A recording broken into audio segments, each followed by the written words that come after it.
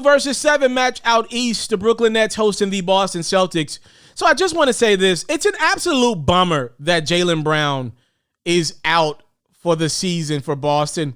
Now, this doesn't mean that I would have picked the Boston Celtics to beat the Brooklyn Nets.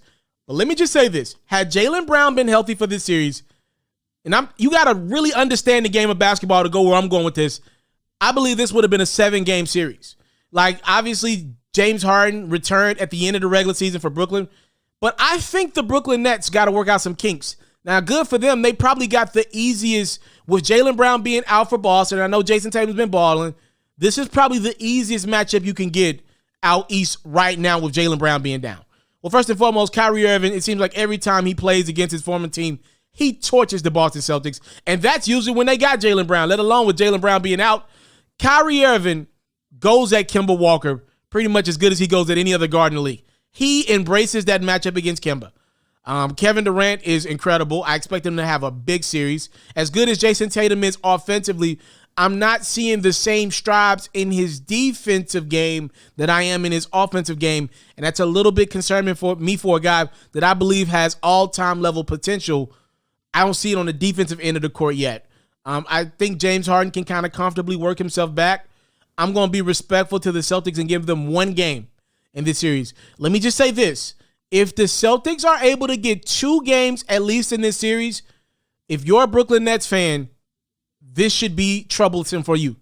There is no reason why the Boston Celtics should get more than a game in this series. They probably should get swept, all things considered. I love Jaylen Brown's game. Him being gone is just an absolute Debbie Downer for the Celtics and the NBA as a whole. It would have been some interesting moments in this series had Boston been healthy, but they are not.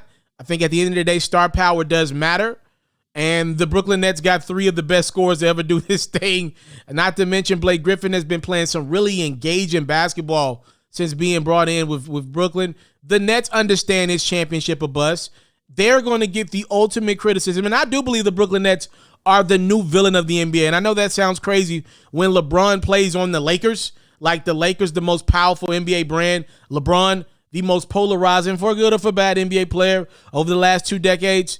The fact that the Nets, to me, have found a way to be the villain of the NBA, I think at some point in time, they'll embrace that in this series. Boston, that crowd is going to be rocking. The few fans that they got, they'll be rocking. And I think at the end of the day, we'll see the Nets taking care of business in about 5 games. Please let me know in the comment box below, who do you have winning this 2 versus 7 matchup? Brooklyn Nets or Boston Celtics? Would have been interesting, by the way, had Washington beat Boston and gotten that 7 seed. Washington and Brooklyn had some really good games this season, OT games as well. But they don't. They got Boston. Brooklyn in 5.